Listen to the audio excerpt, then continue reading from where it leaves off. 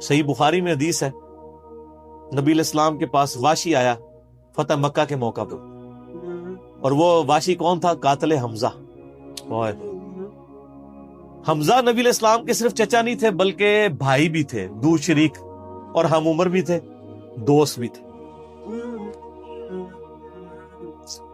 واشی کو حضرت بلال نے سفارش کروائی کہ یا رسول اللہ میرے کہنے پہ معاف کر دیے جائے۔ واشی پیش ہوا، فرمایا واشی یا رسول اللہ قاتل حمزہ، یا رسول اللہ تیرا ایمان قبول ہے، لیکن کیا تو ایسا کر سکتا ہے کہ اپنی شکل مجھے نہیں دکھا؟ اوئے بھائی،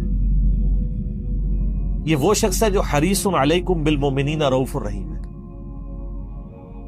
لیکن چچا کے معاملے میں، اور وہ چچا ایسا نہیں جو صرف چچا ہی تھا، وہ دین کا مجاہد تھا، دین کے لیے کنٹریبیوشن تھی۔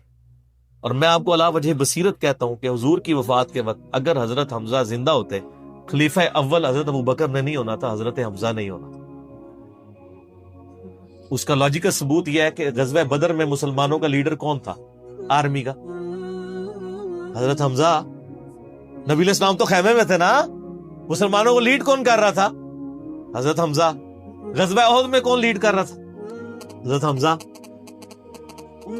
اسی لیے آپ نے پھر غزوہ احد کے شہداء پہ جا کے جنازہ پڑھا تھا کہ ان کی وجہ سے بعد والے لوگ بینیفیشری ہوں گے، تو یہ لوگ تو بینیفیشری نہیں ہوئے، ان کو سب کچھ آخرت میں ملا ہے۔ یہ نہ ہو کہ اب تم آپس میں، بخاری مسلم میں یہ بھی حدیث ہے، میرے بعد کافر نہ ہو جانا کہ ایک دوسرے کی گردنیں کاٹنا شروع ہو جاؤ، اور وہی ہوا پھر بعد میں۔ تو نبی علیہ السلام نے قاتل حمزہ کو معاف، اور فرمایا پوری زندگی پھر واشی سامنے نہیں آیا حضور، حالانکہ آپ کو تو اللہ نے گارنٹی دی ہے حریص علیکم بالمؤمنین رؤوف الرحیم۔ نبی علیہ السلام مومنین پر رؤوف بھی ہیں، رحیم بھی ہیں۔ اب میں تھوڑی سی انجینئرنگ کرتا ہوں کہ انسان کو اپنے چچا سے زیادہ محبت ہوتی ہے یا اپنی اولاد سے؟ مطلب اس پہ تو کوئی دوسری رائے نہیں ہے۔ جن جن کے بچے ہیں، یعنی میرے بھی اپنے بچے ہیں، آپ میں سے بھی اکثر لوگ شادی شدہ بیٹھے ہیں، آپ خود انالیسس کر لیں، بلکہ اولاد تو بعض کا انسان کو ماں باپ سے آگے ہو جاتی ہے۔ تو جن لوگوں نے حضرت حمزہ کے ساتھ ظلم کیا اور ان کو قتل کیا، ان کا ایمان قبول نہیں کیا گیا۔ تو جن لوگوں نے حضرت حسین ابن علی کے ساتھ ظلم کیا، یا حضرت علی ابن ابی طالب کو تکلیفیں دی ہیں جو حضور کے بچوں کی جگہ تھے، ان کے بارے میں آپ ایکسپیکٹ کر سکتے ہیں کہ نبی علیہ السلام کے دل میں ان کے بارے میں کوئی محبت کے جذبات ہو؟ Not at all. حتیٰ کہ آپ دیکھ لیں مسند احمد میں تواتر سے وہ حدیث نقل ہوئی ہے کہ ابن عباس کہتے ہیں کہ ایک دوپہر کے وقت میں نے خواب دیکھا اور میں گھبرا کے اٹھ گیا اس خواب کی وجہ سے۔ میں نے دیکھا کہ نبی علیہ السلام جو ہے وہ پرانگدہ حالت ہے، بال بکھرے ہوئے ہیں، جسم پہ گرد پڑی ہوئی ہے، ہاتھ میں خون کی ایک شیشی ہے، اور میں نے کہا یا رسول اللہ میرے ماں باپ قربان، آپ کی کیا حالت ہے؟ تو فرمایا کہ یہ حسین اور اس کے ساتھیوں کا خون جو صبح سے میں کربلا میں سمیٹ رہا ہوں۔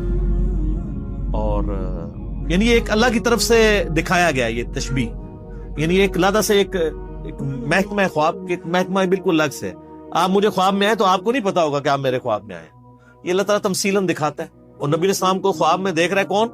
صحابی، تو وہ تو کنفرم ہے، بخاری مسلم میں حدیث ہے جس نے مجھے خواب میں دیکھا میری شکل میں شیطان نہیں آ سکتا، اور وہ شکل صحابی کو تو پتا تھی، اور صحابی بھی عام نہیں، عبداللہ ابن عباس کہتے ہیں میں گھبرا کے اٹھا، میں نے وقت اور تاریخ نوٹ کر لی اور دن بھی، کئی ہفتوں بعد پتا چلا کہ اسی دن 10 محرم 61 ہجری میں حضرت حسین ابن علی کو شہید کیا۔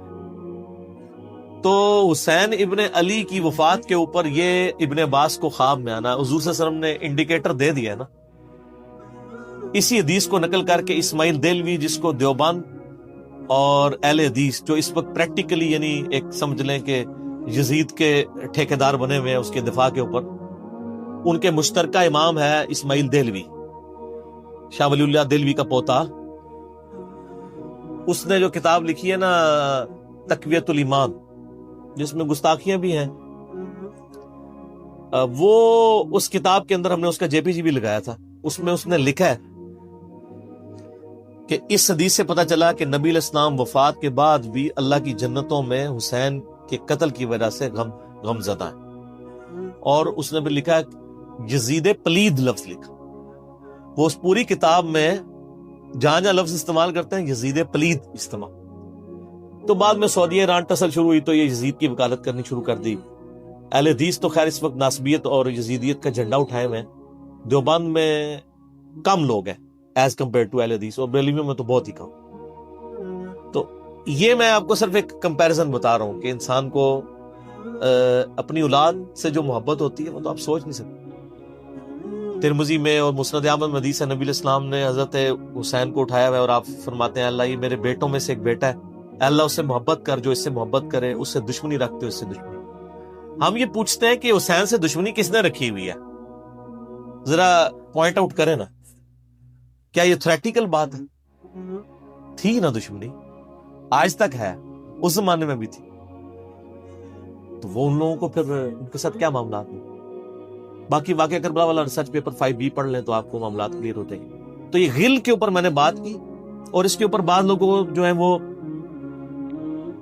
اس حدیث کے اندر تحریف بھی بعض لوگوں نے کی ہے, بعض لوگوں نے جان بوجھ کے کی ہے, بعض لوگوں نے انجانے کے اندر کیا ہے. یہ روایت المستدرک الحاکم میں بھی موجود ہے اور صحیح سند کے ساتھ, اور المصنف ابن ابی شیبہ کے اندر بھی موجود ہے کہ مولا علی علیہ السلام جو ہے وہ ان کے پاس حضرت طلحہ کا بیٹا آیا, عثمان ابن طلحہ. تو آپ اس کو جب ملتے ہوئے آپ نے نا سورہ ہجر کی وہ آیت پڑھی کہ جو اہل ایمان کے دلوں میں ایک دوسرے کے بارے میں غل آ جائے گا نا, قیامت والے دن اللہ تعالیٰ ان کے دل سے وہ غل دور کر دے گا. پھر وہ جنت میں آمنے سامنے بیٹھے ہوئے ہوں گے تختوں کے اوپر, ٹیک لگائے ہوئے تکیوں کے اوپر. تو انہوں نے کہا کہ میں اللہ سے امید کرتا ہوں کہ یہ آیت میرے, طلحہ اور زبیر اور عثمان ابن عفان, ان 3 بندے اور چوتھا میں, یہ آیت ہمارے بارے میں ہے کہ اللہ تعالیٰ ہمارے دلوں میں جو ایک دوسرے کے لیے میل آ گیا قیامت والے دن وہ دور کر دے گا اور ہم ایک دوسرے سے راضی ہو جائیں. ظاہر ہے مطلب وہ تکلیفیں تو پہنچی تھی نا حضرت علی کو, مطلب کئی لوگوں سے تکلیف پہنچی, بل آپ نے ان کو ایک کلین چٹ دے دی کہ میں اللہ سے امید کرتا ہوں کہ ان لوگوں کے بارے میں یہ آیات ہے کہ اللہ تعالیٰ ہمارے دلوں میں ایک دوسرے کی نفرت ختم کر دے گا, جو اگر دنیاوی وجہ سے, دنیاوی طور پر کسی دینی وجہ سے آئی. تو یہ غل کا لفظ وہاں پہ بھی استعمال. اب ڈاکٹر اسرار صاحب رحمہ اللہ تعالیٰ چونکہ ان کی حدیث کی فیلڈ نہیں تھی, انہوں نے یہ جب سورہ ہجر کی آیات آئی, اس پہ میرا مسئلہ نمبر 116C بھی ریکارڈڈ موجود ہے, انہوں نے نا اس میں حضرت معاویہ کا نام بھی لے کہ میں اللہ سے امید کرتا ہوں یہ میرے اور معاویہ کے بارے میں ہو. نا وہ نام لیے ہی نہیں ہے, آپ خود سے نہ داخل.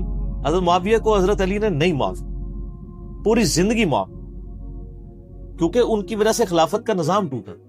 حضرت طلحہ تو میدان جنگ سے چھوڑ کے چلے گئے تھے. جب عمار ابن یاسر کو دیکھا کہ وہ سامنے ہیں تو انہوں نے کہا عمار کو تو باغی جماعت قتل کرے گی, وہ چھوڑ کے چلے گئے. تو مروان نے ان کے گھٹنے میں تیر مارا, مستدل الحاکم میں آتا ہے, اور وہ شہید ہو گئے. حضرت زبیر وہ صحابی ہیں یعنی جو نبی علیہ السلام کے بہادر ترین اصحاب میں سے. 12 بندے غزوہ احد میں حضور کے ساتھ رہ گئے تھے 700 میں سے غزوہ احد کے اندر, ان میں سے ایک حضرت زبیر بھی تھے. اور یہ تلوار کمال کی چلاتے تھے, اکیلے میدان جنگ میں آگے چلے جاتے تھے. بخاری میں آتا ہے کہ ان کا بیٹا عبداللہ ابن زبیر کہتا ہے کہ میرے باپ کے 2 شانوں کے درمیان اتنا بڑا زخم تھا جو ہیل اپ ہو گیا تھا, لیکن پھر بھی گڑا پڑا ہوا تھا, میں پورا ہاتھ اس میں داخل کر لیتا تھا, اور وہ زخم ان کو احد کے موقع پہ لگا تھا. اور پھر جنگ, اسی حدیث میں بخاری کے آتا ہے کہ جنگ یرموک کے موقع پر لوگ یعنی لیڈر کے اوپر چل رہے ہوتے ہیں, تو حضرت زبیر بھی ایک اسکواڈ کو لیڈ کر رہے تھے. تو لوگوں نے کہا حضرت آپ آگے جائیں. انہوں نے کہا جب میں آگے جاؤں گا تو میرے ساتھ کوئی نہیں آگے جا سکتا. وہ اکیلے گھوڑے کو انہوں نے جو ہے وہ ایڑی لگائی اور رومن امپائر کی یعنی فوج کے اندر گھس گئے, اور کوئی بھی ان سے لڑنے کے لیے تیار نہیں ہوتا تھا. اتنی بہادری تھی. لیکن جنگ جمل میں حضرت علی کے مقابلے پہ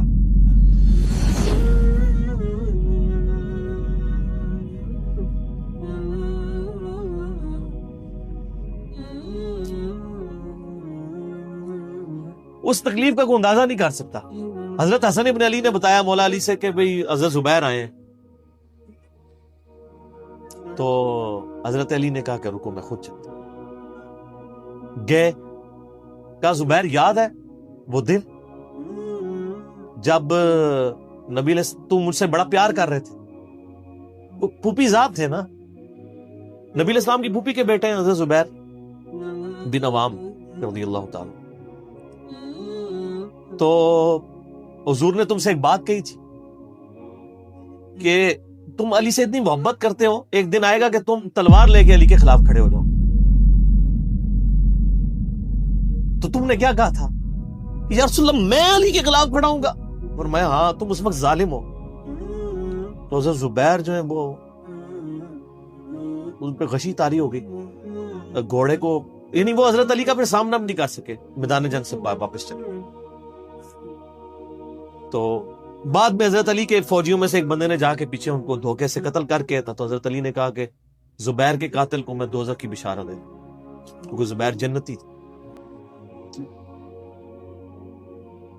تو وہ شخص پھر حضرت علی سے ناراض ہو گیا کہ ہم نے ان کا میں نے تجھے حکم دیا تھا, جب میں نے ان کو جانے دیا تو نے یہ کام کیوں کیا.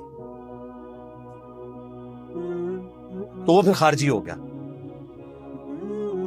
اور یعنی یہ وہ محبت تھی, وہ جہاں محبت تھی وہ نظر آتی تھی. ظاہر ہے کہ ایک بندے کی ایک غلطی سے اس کی پوری زندگی زیرو سے ملٹیپلائی نہیں ہو جاتی. جس نے اتنا کچھ دین کے لیے کنٹریبیوٹ کیا کبھی نہیں ہو سکتا ایسا. حضرت علی کو بھی اس بات کا پتہ تھا.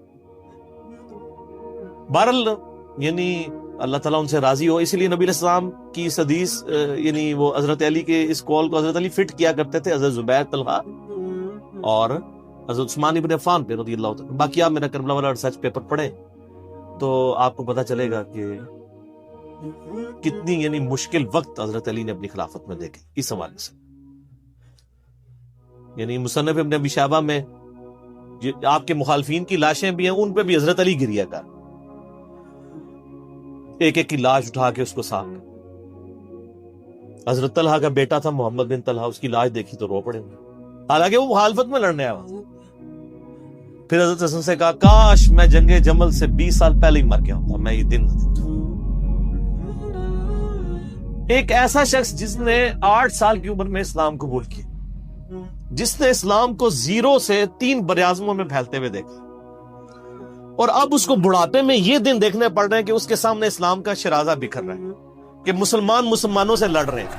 ایک ایک جنگ میں 8-10 ہزار لوگ, جن میں مرنے والے صحابہ ہیں حضور کی تربیت یافتہ, جو ایک آواز کے اوپر حضور کی لبیک کہنے والے تھے, شیر و شکر تھے آپس میں.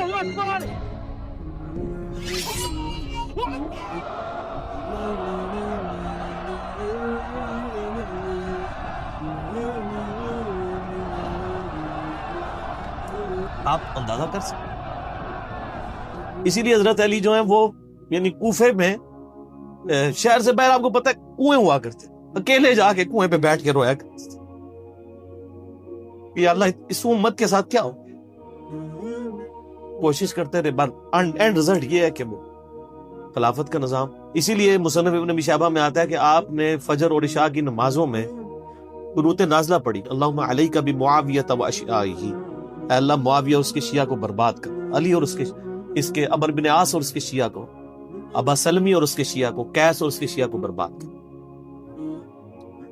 باقی احادیث میں آپ علیہ السلام نے جو بشارت کر دی تھی, سنن صحیح کبریٰ کے اندر حدیث موجود ہے, حاکم کے اندر, کہ نبی علیہ السلام نے حضرت علی سے ایک دن فرمایا تھا, اے علی اگلی امتوں میں سب سے بڑا بدبخت وہ تھا جس نے قوم عاد کی اونٹنی کو قتل کیا اور اس کے بعد عذاب آ گیا.